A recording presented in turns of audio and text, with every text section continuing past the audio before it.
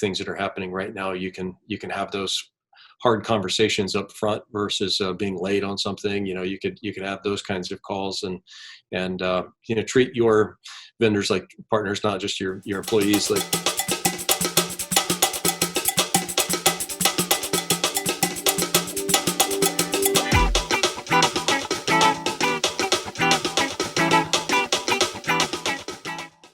welcome to the Powderkeg podcast, the show that plugs you into the massive opportunities in tech communities beyond Silicon Valley that are exploding with potential. This is episode 138, and I'm your host, Matt Hunkler. On today's episode, we'll be sharing a recent live interview and live Q&A that we hosted with special guests Patrick Smith and Brandon Martin at CLA. Joining them is Glenn Dunlap, who is the CEO and founder of Peerview Data. I'll get into that more here in just a minute. But I want to let you know that I'm recording this in May of 2020 during the pandemic. So we're a couple months in, and we get into some very important topics about how to handle finances during a crisis like this, and just when things shift and plans change. Very important for any startup or fast-growing tech company. And we get into some really good questions from the Powderkeg community on the very focused topic of better finances and forecasting.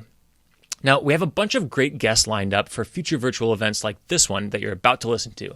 So be sure to check out all of our upcoming live virtual event versions of the podcast with open Q&A, opportunities to connect with the community, and just a great chance to get expert advice with all of our guests. And you can do that at powderkeg.com/events. Our guests on today's show believe that there is no higher calling than helping those entrepreneurial folks plan for situations and times like these. Patrick Smith is a managing principal at CLA, and he's based in Seattle, Washington. CLA is a professional services network and a top 10 accountancy firm based in the United States, and they're one of our most amazing sponsors and collaborators at Powderkeg. Patrick has over 20 years of experience working in various industry segments, including manufacturing, distribution, technology, and software. The companies that he serves range from startups to multinational organizations. Brandon Martin is also joining us on the show today, and he is a principal at CLA based out of the Charlotte, North Carolina office. You may recognize him from the show here a couple of weeks ago, maybe a couple of months ago at this point. As a veteran of the United States Armed Forces, Brandon now serves as a principal within CLA's technology industry group and provides advisory and assurance services to software companies and other high-growth businesses.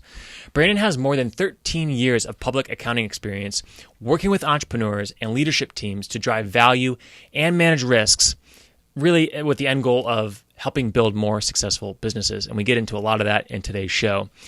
Finally, joining the two of them from CLA is Glenn Dunlap, who is the co-founder and CEO of Peerview Data. And Peerview is a software company that specializes in benchmarking and comparative analytics, specifically for CPA firms. So we get into a ton of really cool data.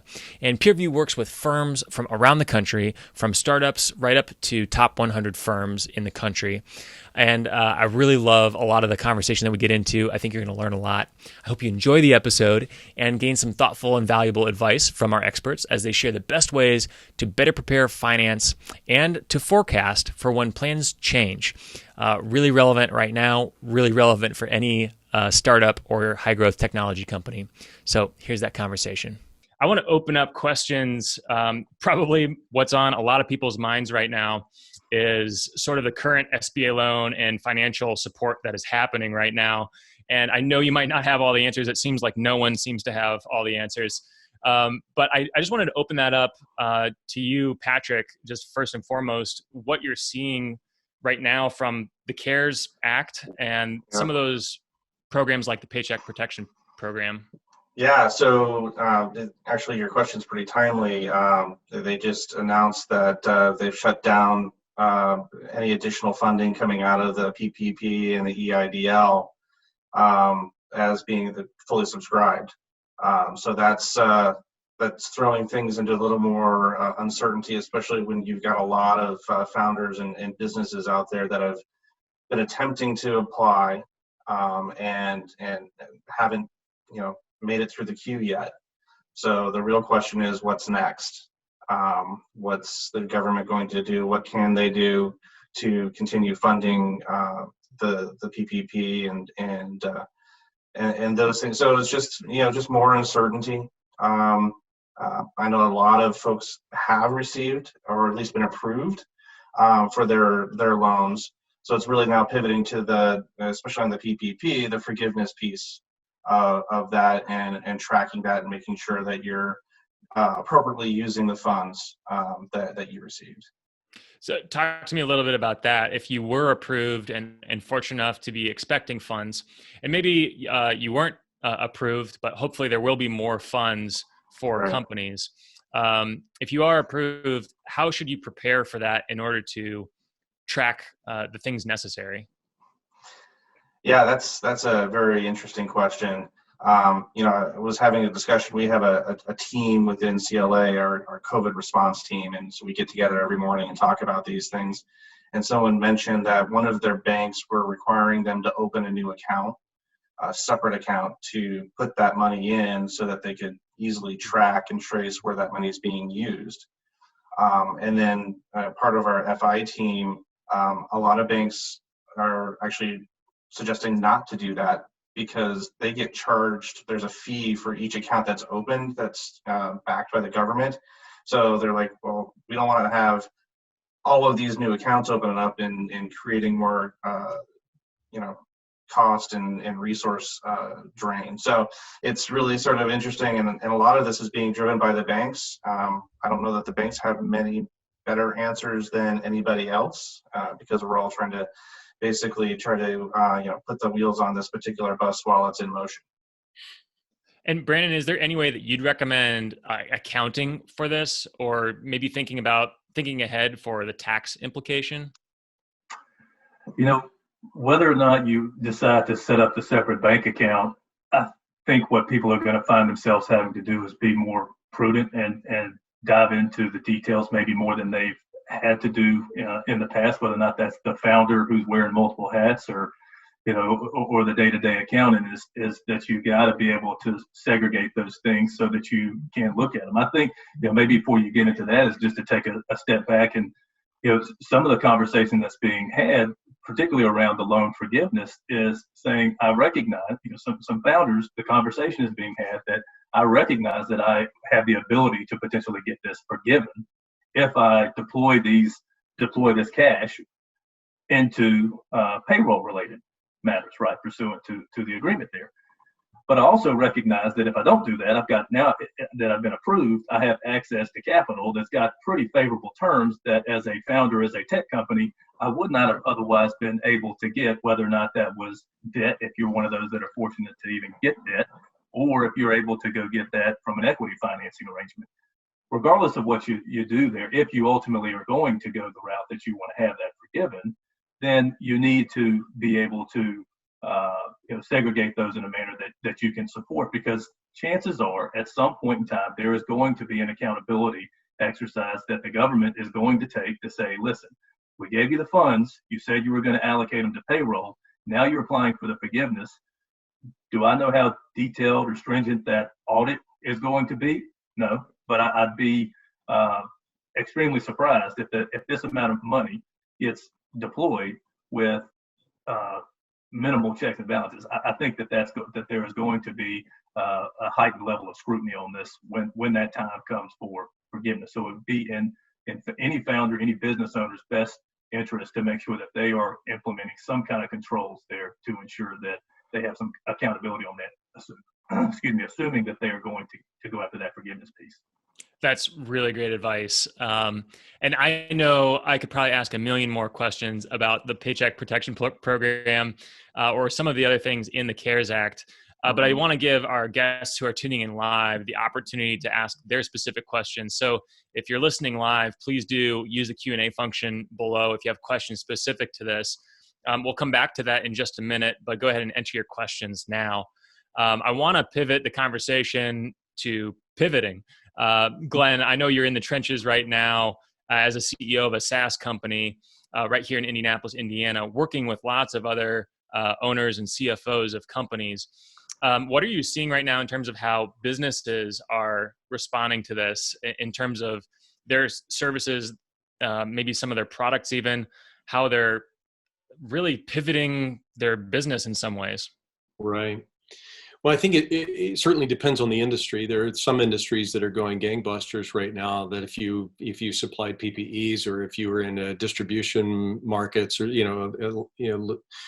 niche or something like that, then you might have not seen a downturn. Whereas the rest of us, are in a situation where it's we've had.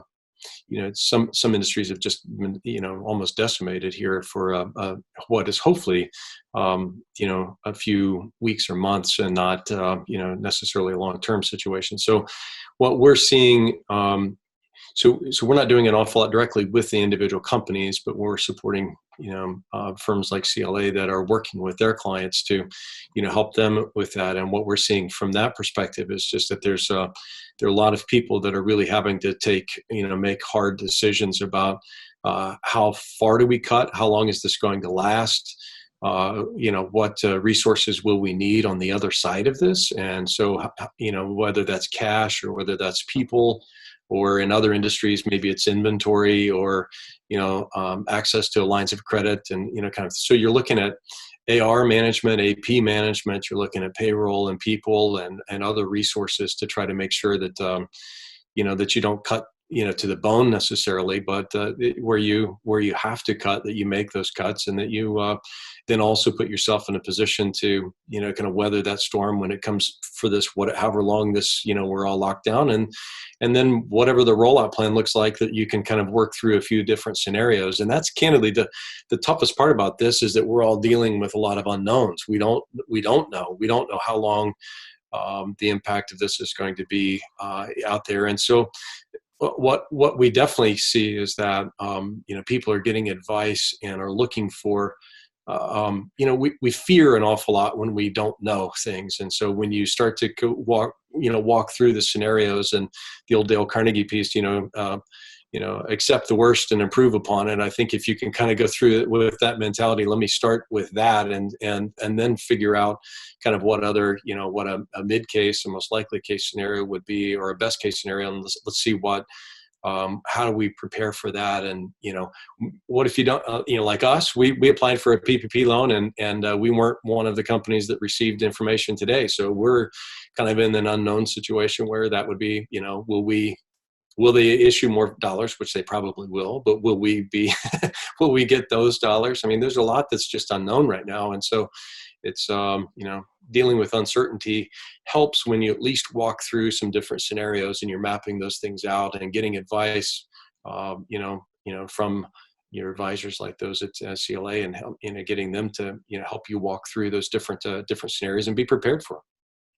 I know a lot of what your business helps people with is really giving benchmarks and almost a dashboard to really operate their business. How are you seeing your business affected right now by what's going on with the pandemic? Yeah. It's interesting because a lot of what we've done is annual benchmarking data that, right now, traditionally, firms would be loading their client data in and being able to show them how they were doing compared to other companies based on 2019 data, because we'd be collecting it and being able to provide it. And the challenge is right now, about a month ago, we went, you know what, nobody's going to care about 2019 benchmarking data when this 2020 is completely out the window. So one of the things we did was we pivoted to where we were already in the process of pulling in monthly data from QuickBooks Online, so that you could connect your QuickBooks file and pull in your historical data, and then see how that was comparing. But the other piece that we did is we had a forecast, an annual forecast tool, but we then pivoted that and fast forwarded so that we could pull in give firms and their clients the ability to see a monthly forecast and have some quick and dirty abilities to generate those scenarios. And so that was a pivot for us that, a little over a month ago was just kind of one of those where we said, if we don't do this, we're not going to be able to help our clients and their clients in a way that's really meaningful to them until next year, at this time when everybody's trying to figure out what the 2020 benchmarks are going to look like. Because when you're trying to complete an audit and you're using older benchmarking data, that's going to be dramatically different for 2020. So We just couldn't wait a year for that to, for relevance to come back and play, for benchmarking. So we were working on, that pivot ourselves. So I appreciate you sharing that story. I know we're all trying to figure out how to adapt to the new normal, and hearing stories like that are super helpful, just to know what that is. And speaking of sort of the quote unquote new normal, whatever exactly that means, I know one of the things that we were advised, and any CFO would be advising to the CEO right now, is just make sure your customers are taken care of, and make sure your clients are going to be staying with you. Patrick, I'm wondering how this crisis has highlighted the importance of relationships with your service providers and clients and customers, and how CLA is responding to that. Yeah, no, it's critical. And I've seen a lot of some interesting things around relationships, especially with our clients and their bank. A lot of banks said, if you're not already a customer, you're on your own. And so that really kind of, and especially if, like, I know Wells Fargo had some interesting situations, with their customers, because I had a client who had Wells Fargo, but they got kind of shut down, and they said, if we'd known this was going to happen, we would have deferred or distributed our relationships. But yeah, that was pretty well highlighted, and I also think that staying in front of your clients and your customers and letting them know you care. I mean, this is a very scary time. And one of the things that we've sort of thought about in terms of how we are working with our clients is, they're going through the 7 stages of grief, right? This is, denial, and then anger, fear, bargaining, and then, ultimately acceptance. And, part of our we're service providers, we're, consultants, but part of our role is to kind of help get them through those stages of grief as quickly as possible, so we can get to the things that Glenn was talking about, which is trying to remove that fear, give them some data points where they can kind of hang their hat on and say, okay, I think I have some control over this, and help them from that perspective. Why do you see it as being important to remove as much fear as possible when thinking about operating a business? Well, fear can be paralyzing, right? And there's also this, if you spend too much time doing it in the fear space, you're probably reacting to the wrong things, and you're probably missing the opportunities. That's great. I really appreciate that perspective. Brandon, I know many business owners may not have been in business during the last market turndown. I know I started my first business in the last market turndown. That was a lot of fun. I was wondering if you have any advice for companies and operators who are figuring this out for the first time. How do you operate and keep moving forward during a crisis like this? Well, because this dialogue has been going on really for the past month, as we talk, whether or not that's at your own house, whether or not that's on a Zoom call with a client. But to echo what Patrick was saying, first and foremost, as a firm, we're in the business of people. We are a professional service firm, but we are in the people business. Our people and the people outside the firm that we serve. And so, as we talk about those relationships, it really starts with me recognizing at times like this, you gotta be exceptional in how you treat and you operate with those around you, both inside the firm and those clients that we serve. And on top of that, you gotta have a bit of grace, and you gotta have a lot of gratitude in that, because I'm sitting here today working for a great firm and working with great people, and there's a third of the folks out there that aren't in the position that I'm in. So for that, I'm grateful. And so it puts me in a position when I'm talking to clients that aren't necessarily in that same spot from gratitude or operating in that fear, is to really just be a calming voice there, and really just talk to them first and foremost about how they're doing personally. Because if I'm not talking to you, then it feels almost like I'm talking through you and trying to come from a different angle. So we try to have those conversations where we're really, trying to get to how you're doing as a person, and then we can figure that out. And then you get to the business side of this. And again, I think it starts with, making sure that as a business owner, that you're treating both the customers, your people, because in so many ways the clients that we serve are in the people business in some way, shape, or form themselves, is to make sure that they're treating their people exceptional.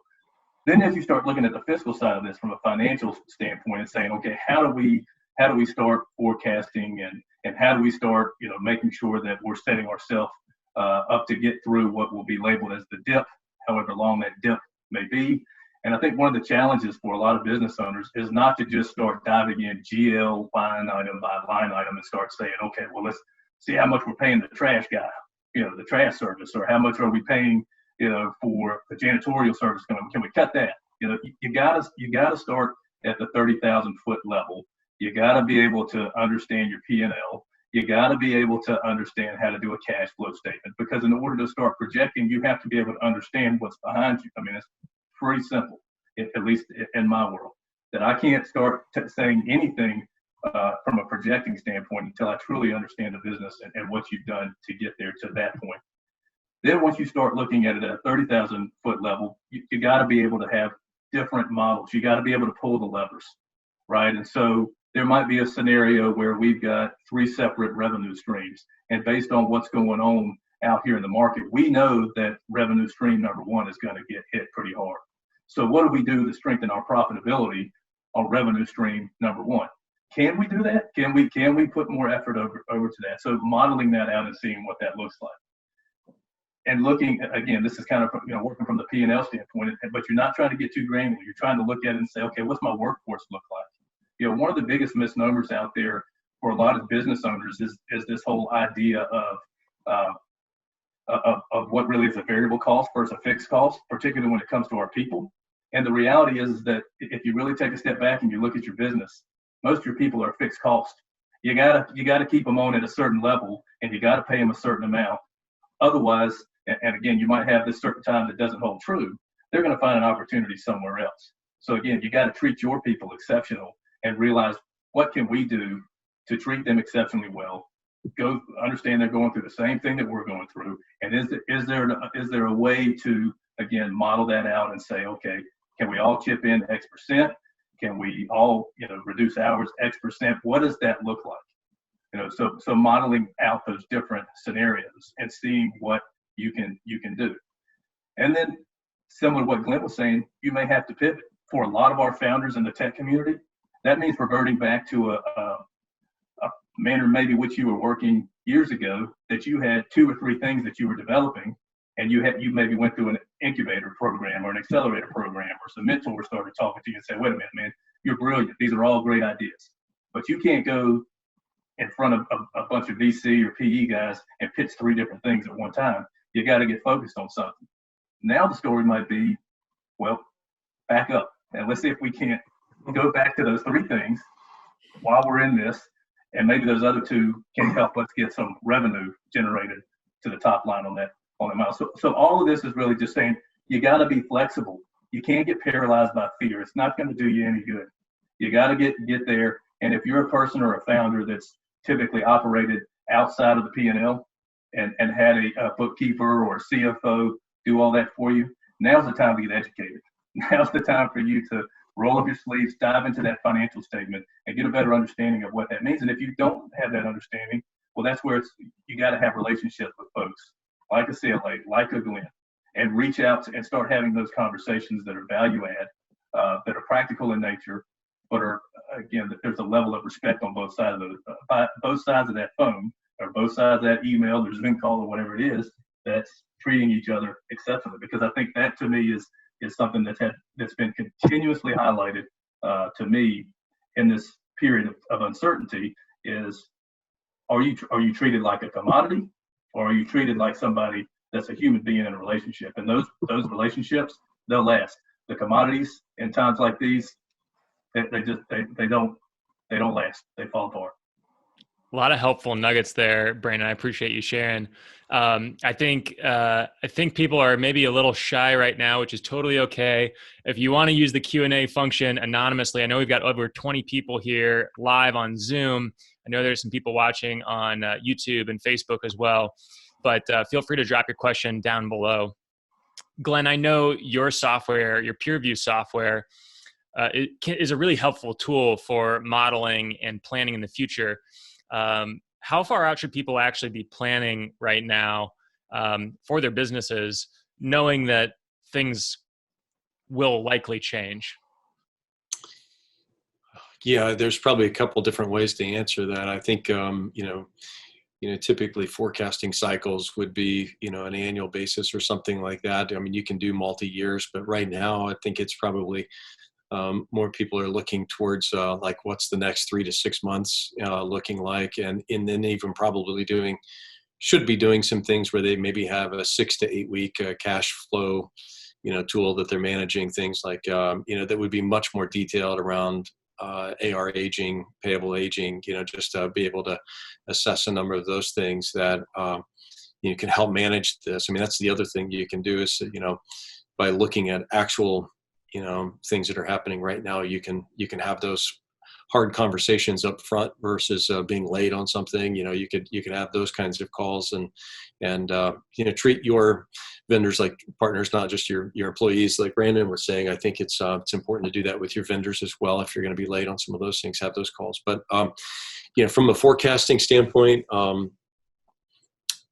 typically, I see one of the participants on here. I'm stealing a phrase from him, my former partner, Doug, who says, his phrase was that it's better to be roughly right than precisely wrong. And I think, in the short term, right, we're going to be either roughly, there's roughly right or precisely wrong. And trying to project out, a 3 to 5 year plan right now, I think would be harder than usual. And trying to get out the next 6 to 12 months is probably more likely to be something that you can sort of lead your way through. I'm not saying you should. I mean, if you're doing a model in a tool like ours or an Excel or something like that, you've got the ability to carry those things out for an endless amount of months. But how right are you going to be in that? I think the next few weeks and months we'll start to see our way out of this. We'll get a lot more certainty as we understand the plans of what how the lockdowns are going to be released, and then hopefully we'll have some sense of whether we're going to those things will roll back in again in the fall, and I mean all those kinds of stuff. I mean, there's a lot that's unknown, but Patrick and Brandon probably have opinions about that too, but I would say be building 6 to 12 month, forecast, but then looking at 6 to 8 week cash forecasting, cash management tools. That's really helpful. Anything to add there, Patrick? Yeah, no, and I think, Brandon kind of alluded to this as well, but you have to look at all the different areas, especially if you've got a business that's across geographies. Things are going to come back quicker in other areas than they are in some, right? So when you're looking at those forecasts, you got to make sure you're thinking about not only the different revenue streams, but where are your customers and where are your revenue streams coming from, and what are the challenges that they're dealing with in their geography versus kind of where maybe you're located. So that's definitely something to think about, and it will be a variable within this modeling exercise. But yeah, I think right now, with PPP and the EIDL and all of the stimulus, I think everybody has been looking at the world, 2 feet in front of them, right? We need to get this done. We need to figure this out. But I think the short answer is, and what I'm hoping people realize is that, this isn't a silver bullet. This is 8 weeks of support. And it's really supposed to be used just for the payroll and so forth. You need to sort of step back and, like Brandon mentioned, kind of take a broader view and say, okay, well, here, that's one piece. This is maybe one portion of what we need to be thinking about, but we want to make sure that we're really thinking about how long is the dip going to be, how much of the dip can we get back, And you had sort of asked about the new normal, right? So is the new normal going to be, so if I thought I was going to be at 100, pre-COVID-19, if I get back, am I going to be at 80, right? So is the new normal going to be some, percentage of what I was expecting in the past? What's interesting to me about this particular downturn, because I've been through a couple, I started my career in '96 in Silicon Valley. So I rode the dot-com bubble up and, saw it come down.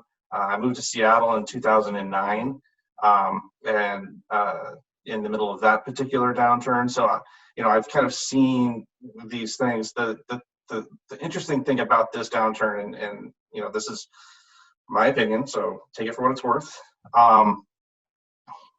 This isn't a financial downturn, right? This wasn't a financial lapse. This wasn't the housing industry. This wasn't the overvaluing of businesses. This is a sort of an artificial financial downturn due to, a act of, whatever. And so I'm optimistic that when things get back to normal, the economy, the fundamentals haven't changed. What has changed is that there's going to be a lot of businesses that couldn't survive this, but those businesses had value and had a reason for existing prior. So, I think that there's going to be, I think it is going to come back. I think probably maybe not 100%, but I just don't feel like that the downturn is a financial one. It's the economy is this way because of external forces.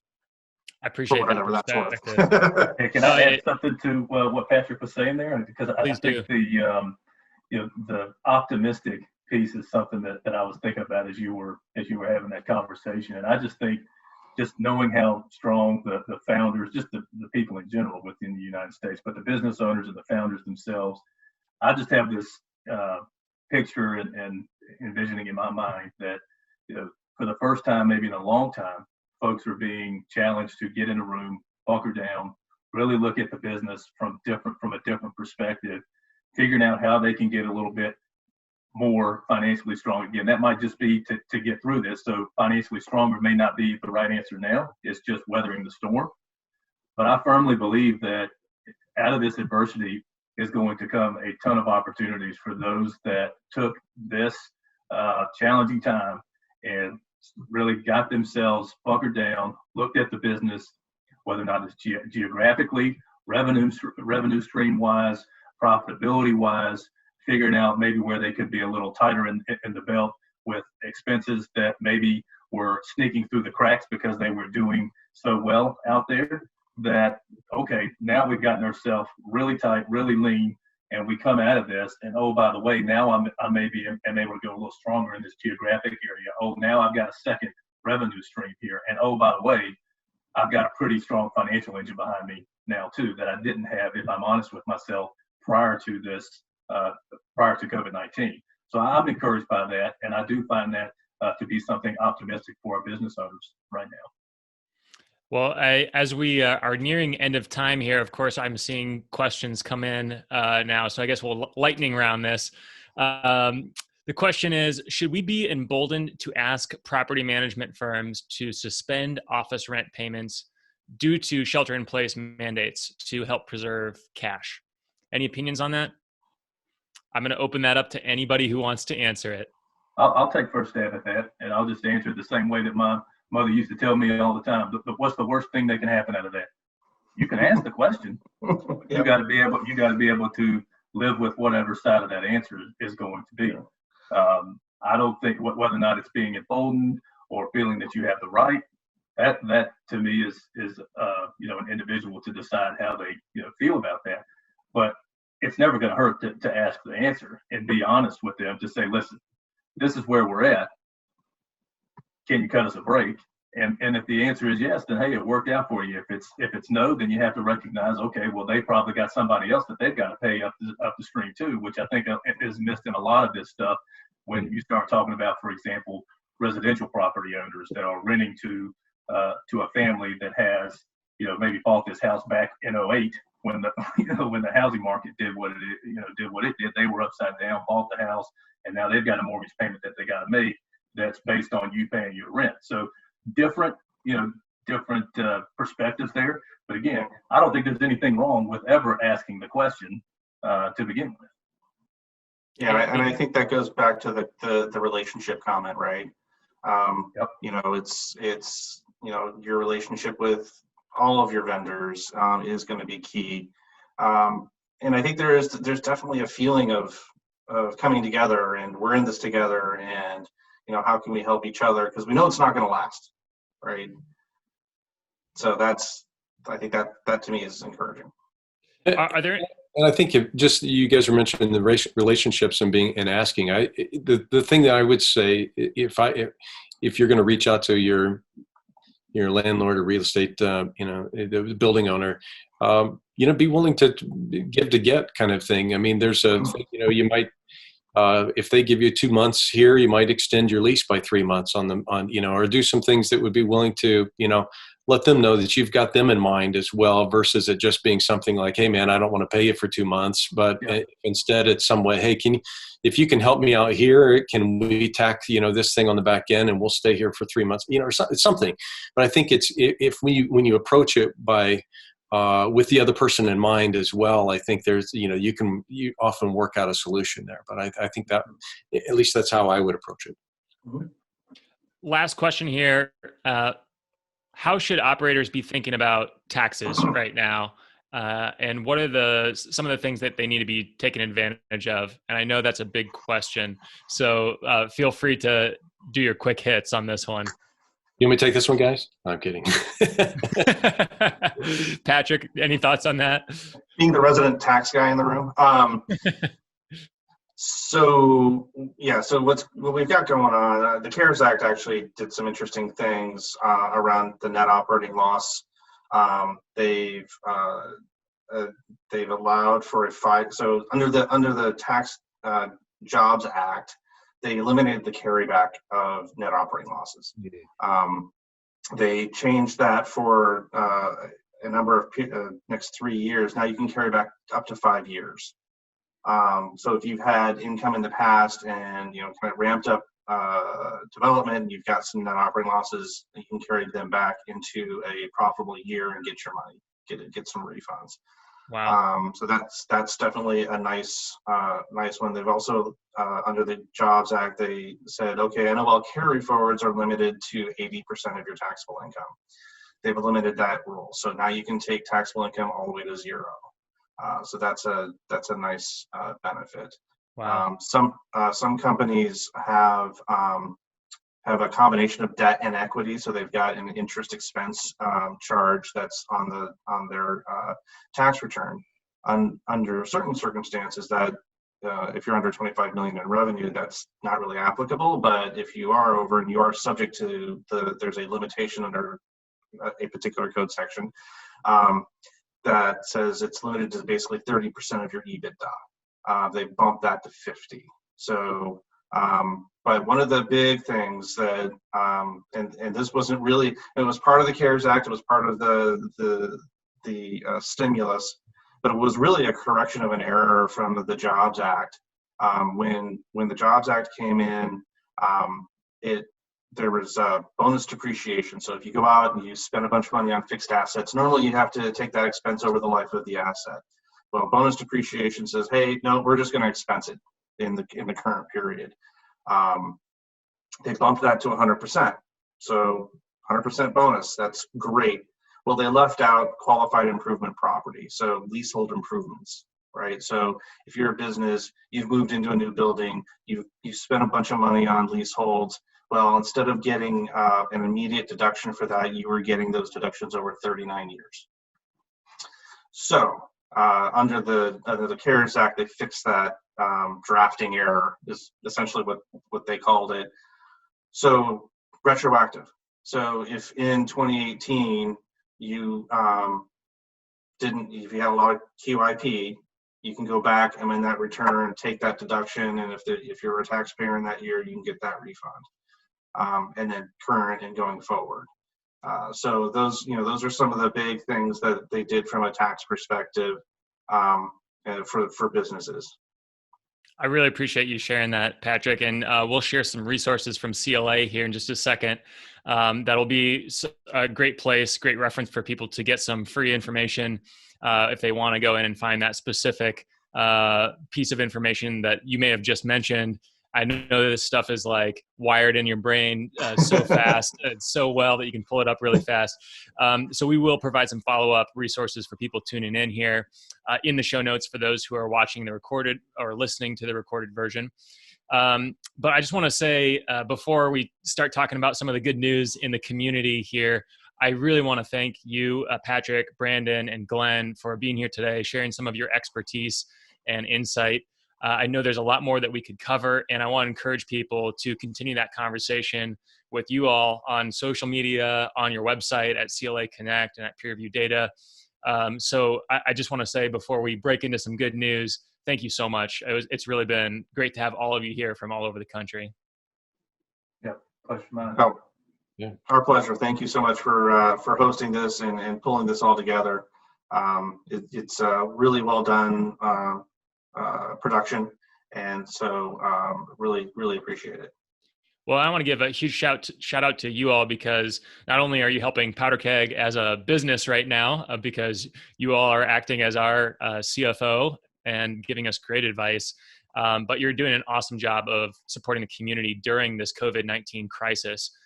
So go ahead and check out their page at claconnect.com/COVID-19. Again, we'll link that up in the show notes, and we'll be sharing that here on social as well, so you can check that out. There's also a ton of information about tax, economic, and workforce impacts of COVID-19 there that we'll link up in the follow-up to this event, this virtual event. And if you have questions on any of that stuff, definitely reach out, because CLA is very quick to respond and they get you answers very quickly. A lot of us are also thinking about personal finance, wealth advisory, outsourced audit, tax, even consulting services. CLA does that too. And they've got offices all over the country, serving the Powderkeg community all over the country. So I just want to say thanks again to both of you, Patrick and Brandon, and your whole team. It's been awesome. And Glenn, I know you work very closely with CLA, and you've been a longtime Powderkeg member as well. I love that Peerview is finding the right way to create relevant information and serve this community in such a crazy time. Thanks for being here. Absolutely. Thanks for the invitation. Appreciate it. Of course. Well, that's it for today's show. Thank you so much for listening. And if you're currently in the market for finding a new role, Powderkeg can connect you with awesome tech companies between the coast that are growing like crazy. Right now, you can apply for our free Matches platform at powderkeg.com/jobs. Matches has a specialized focus on tech hubs outside of Silicon Valley, so you can easily navigate this opportunity-packed landscape for potential. Our job matching platform leverages thousands of participants, employers, and teams within our ecosystem to get you connected directly to decision makers, shortcutting the hiring process. You can apply today for Matches, again, totally free, at powderkeg.com/jobs. And to be among the first to hear the stories about entrepreneurs, investors, and other tech leaders outside of Silicon Valley, subscribe to us on iTunes at powderkeg.com/iTunes. And if you left us a review, I would be forever grateful. Thank you again. We'll catch you next time on the Powderkeg Podcast.